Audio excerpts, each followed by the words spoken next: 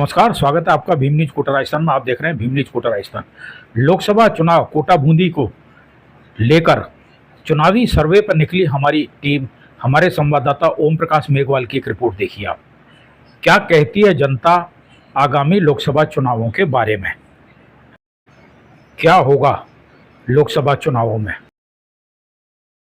राकेश जी सोरल हैं हमारे साथ, सीनियर लीडर हैं कांग्रेस के, नगर निगम के डिप्टी मेयर भी रह चुके हैं और काफ़ी अच्छा इनका कांग्रेस का काम है। राकेश जी, वर्तमान परिस्थितियों को देखते हुए क्या कहोगे? राजनीति में कोई दीन ईमान होता है कि नहीं होता है? दीन ईमान तो सबका ही होता है, बिना दीन ईमान के आदमी कैसे जी सकता है ये तो मैं समझ नहीं पाऊंगा। पर जो इस परिस्थिति बनती है, क्योंकि किसी आदमी की, अगर किसी व्यक्ति की आत्मा को ठेस पहुंचाई जाए या उसके साथ जिस तरीके का दुर्व्यवहार करा जाए तो निश्चित तौर पर वो जिनके साथ रहता है उनसे विमुख होता है।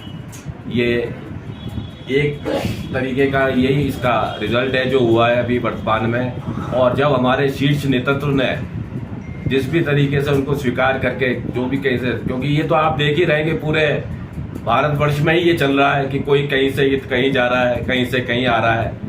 तो निश्चित तौर पर जो हमें हमारे शीर्ष नेतृत्व ने, पार्टी ने जो अपनाकर हमें दिया है, तो निश्चित तौर पर कांग्रेस का हर एक कार्यकर्ता उनके साथ। लोकसभा चुनाव में गुंजन जी को कांग्रेस ने अपना प्रत्याशी बनाया है। जो कार्यकर्ता आज से 3 महीने पहले, 2 महीने पहले धारीवाल जी के साथ लगे हुए थे और गुंजन जी के विरोध में प्रचार कर रहे थे, वो जनता के बीच में अब कैसे जाएंगे, क्या कहेंगे?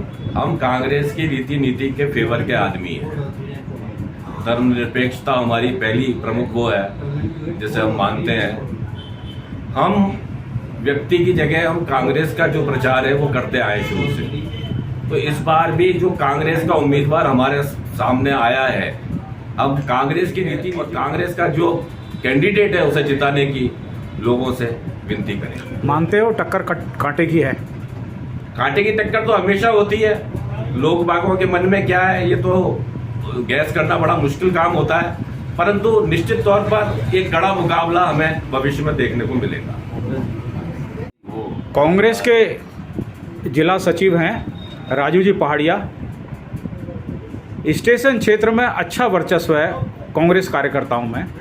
राजू जी बताइए, क्या होने जा रहा है? होने तो क्या जा रहा है, कांग्रेस पार्टी चुनाव लड़ रही है, कांग्रेस पार्टी जीतेगी। राहुल गांधी जी के नेतृत्व में चुनाव चल रहा है और कांग्रेस कार्यकर्ताओं में उत्साह है। और राजस्थान में 25 की 25 सीटें आएगी। आपकी क्या तैयारी है आपके क्षेत्र में, बताओ आप तो घर घर से प्रचार कर रहे हैं, पार्टी से जुड़े हुए लोग हैं। क्या लोगों का रिस्पांस आ रहा है? रिस्पांस अच्छा है पार्टी के प्रति। लोग क्वेश्चन नहीं कर रहे कि भाई कल तक तो आप गुंजन जी के विरोध में आए थे, आज उनके समर्थन में आए हो? क्योंकि जनता है, जनता कुछ भी पूछ सकती है। नहीं, हम गुंजन जी के सपोर्ट में नहीं, हम तो पार्टी के सपोर्ट में थे। पार्टी के कार्यकर्ता है, पार्टी के अंदर गुंजन साहब आए हैं तो उनका स्वागत है। कोटा उत्तर में वार्ड पार्षद गोपाल जी हमारे साथ हैं। गोपाल जी बताइए, आगामी लोकसभा चुनाव में क्या होने वाला है? आगामी लोकसभा चुनाव हम जीतेंगे, कांग्रेस पार्टी जीतेगी हमारी 100%। आपने क्या तैयारी की अपने वार्ड में, बताओ? हमारे वार्ड में हमने सर्वे कर लिया है, अब बस मतदाता को निकाल के वोट डलवाना है कांग्रेस के पक्ष में। कांग्रेस के पक्ष को घर से निकालेंगे और वोट डलवाएंगे उनका। आपने सर्वे किया नहीं किया? सर्वे किया है पूरे वार्ड का। पिछले बार तो आपका क्षेत्र माइनस में गया है। नहीं, कौन कह रहा प्लस में थे? हम माइनस में गया है। 30 वोटों से प्लस में थे। तो 35 वोट, कोई 35 वोट से कोई वो होता है क्या? तो हमारा तो वार्ड ही बीजेपी का, आरएसएस का गढ़ है, चोपड़ा वाला मुरादा। तो अब आप कह रहे हो कि आरएसएस का गढ़ है, तो उस हिसाब से बताइए आप उस गढ़ में कैसे सेंध लगाओगे? फिर लगाएंगे, फिर मेहनत करेंगे, मेहनत करते रहेंगे कांग्रेस पार्टी के प्रति। पवन जी मीणा है, डिप्टी मेयर हैं कोटा दक्षिण से, कांग्रेस के लीडर हैं। पवन जी, क्या देखते हैं आगे लोकसभा चुनाव में आप? बेशक हम कोटा बूंदी लोकसभा क्षेत्र जो है, ये जो लोकसभा सीट है, यहाँ से कांग्रेस की जीत जो है हमें बेशक दिख रही है। क्योंकि आज जिस तरीके से जो कांग्रेस कार्यकर्ता में जो उत्साह है, जो कांग्रेस मतदाता के अंदर जो आज उत्साह है, उसको देखकर बेशक ये लगता है कि आने वाले समय में लोकसभा सीट यहाँ से हम जीत के निकलेंगे। मेयर साहब, डिप्टी मेयर साहब, खर्चा कैसे चलेगा? खाते तो सीज कर रखे हैं। खर्चा देखिए, मतदाता जब वोट डालने जाता है तब उसको किसी खर्चे की जरूरत नहीं होती है। कांग्रेस की नीति रीति और कांग्रेस का जो हिस्ट्री है अभी तक की, उसको देखकर, कांग्रेस के नेताओं की जो कार्यशैली को देखकर मतदाता वोट करता है। तो इसमें कहीं कोई खर्चे की जरूरत। तो आपका मतलब है कि चुनाव में खर्चा नहीं होता? बेशक खर्चा होता है, पर अगर सामने वालों ने जो षड्यंत्र किया है, आज जो खाते सीज किए हैं, तो इसका मतलब ये तो नहीं है कि हम हाथ पे हाथ धर के बैठ जाएंगे या फिर हम जो है रण छोड़ देंगे। हम रण नहीं छोड़ेंगे सर, लड़ाई नहीं छोड़ेंगे। कोटा बूंदी लोकसभा क्षेत्र बहुत बड़ा है। एक लोकसभा कैंडिडेट को 10 गाड़ियों अवेलेबल होती हैं निर्वाचन आयोग की तरफ से, ठीक है?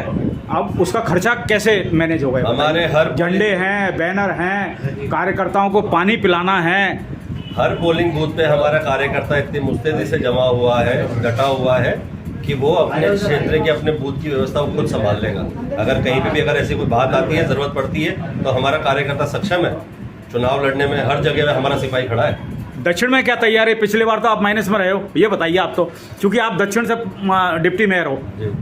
जब मैं चुनाव लड़ा था तो आप कैसे कह सकते हैं कि हम माइनस में हैं? जब हमारे नगर निगम का, आप विधानसभा की बात करेंगे, लेकिन उससे जस्ट पहले जो है बोर्ड जो है, नगर निगम का बोर्ड भी दक्षिण में ही बना है। तो ये तो तय हो चुका है, ये सिद्ध हो चुका है कि भाई ये जगह कोई बीजेपी की कोई गढ़ नहीं है।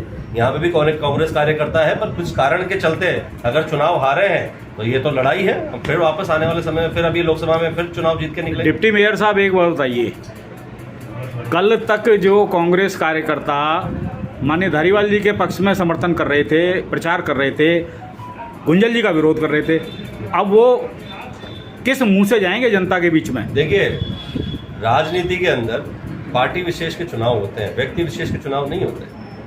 आज जो पार्टी जिस व्यक्ति को चुनाव लड़ाती है, तो पार्टी या कार्यकर्ता की जिम्मेदारी ये बनती है कि उस पार्टी के उस प्रत्याशी के प्रति उसका प्रचार करे। यहाँ कोई व्यक्ति विशेष सर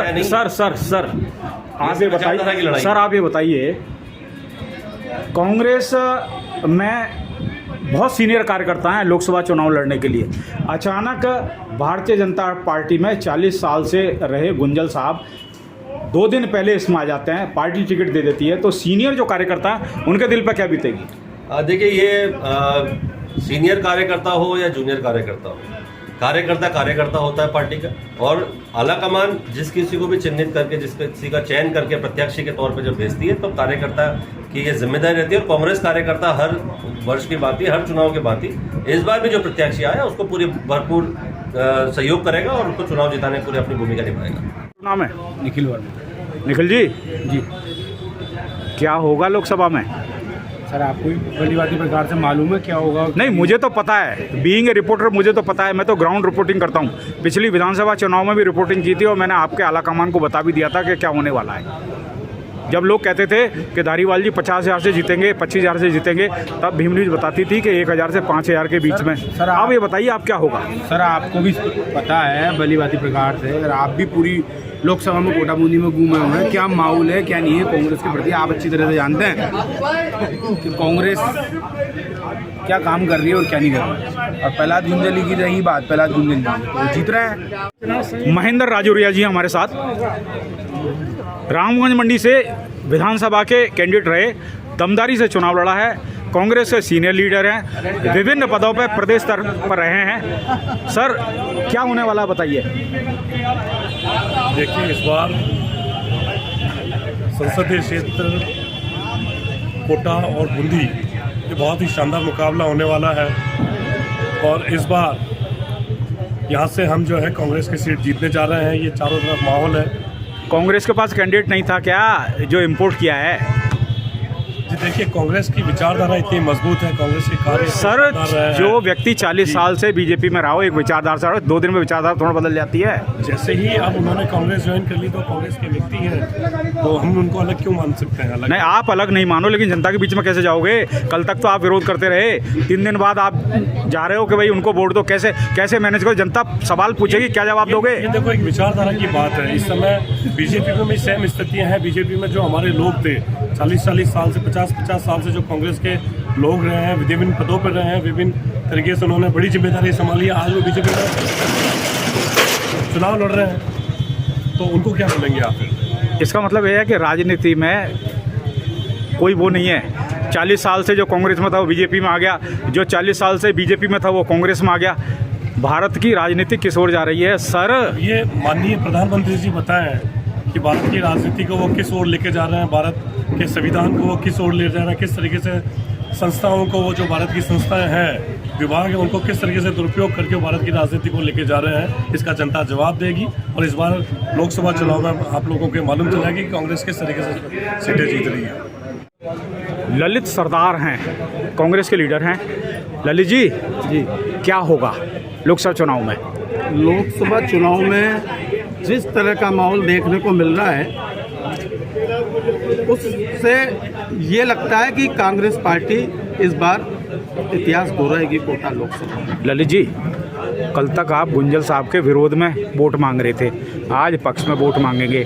कुछ जनता ऐसी है वो आपसे पूछेगी ये क्या तमाशा है, क्या कहोगे? ऐसा है सर, जब अलग पार्टी में होते हैं तो उनकी विचारधारा के हिसाब से अलग बात होती है। जब कांग्रेस में आ गई तो जनता विकास को वोट देगी। आपको 40 साल से जो गुंजल साहब एक अलग पार्टी में थे, उनकी विचारधारा अलग थी, 2 दिन में विचारधारा बदल गई क्या? मेरी बात सुनो सर, विचारधारा अपनी जगह होती है। क्या उनका इच्छा थी कि भाई कांग्रेस में हम आके पार्टी का काम करेंगे, वहाँ पर उनका गला घोटा जा रहा था। ललित जी एक बात बताओ, गुंजल साहब 4 दिन पहले कांग्रेस सीनियर लीडर जिनकी चप्पलें घिस गई दरी उठाते उठाते, उनका मौका तो गंवा दिया ना। ऐसा है, आपको भी याद है कोटा लोकसभा में अशोक चांदना जी चुनाव लड़ रहे थे, है ना? लेकिन चांदना क्या कांग्रेस के पास कैंडिडेट नहीं था? क्यों नहीं था? अशोक चांदना जी थे और भी थे, लेकिन पार्टी का जो आला कमान का जो आदेश है उसी की पालना हमें करनी, हम तो कार्यकर्ता हैं।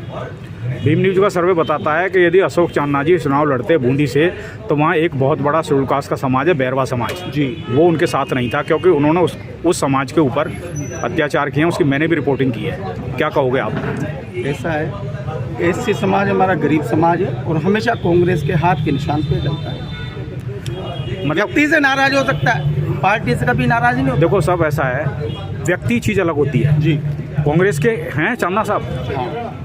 मेरा सर्वे बता रहा था कि यदि चांदना साहब चुनाव लड़ते तो बूंदी क्षेत्र का बैरवा समाज कतई वोट नहीं देता, इसलिए उन्होंने अपना नाम वापस ले लिया। क्या कहते हो आप? सर मेरे को इसकी पूरी जानकारी तो है नहीं, तो इस पर मैं टिप्पणी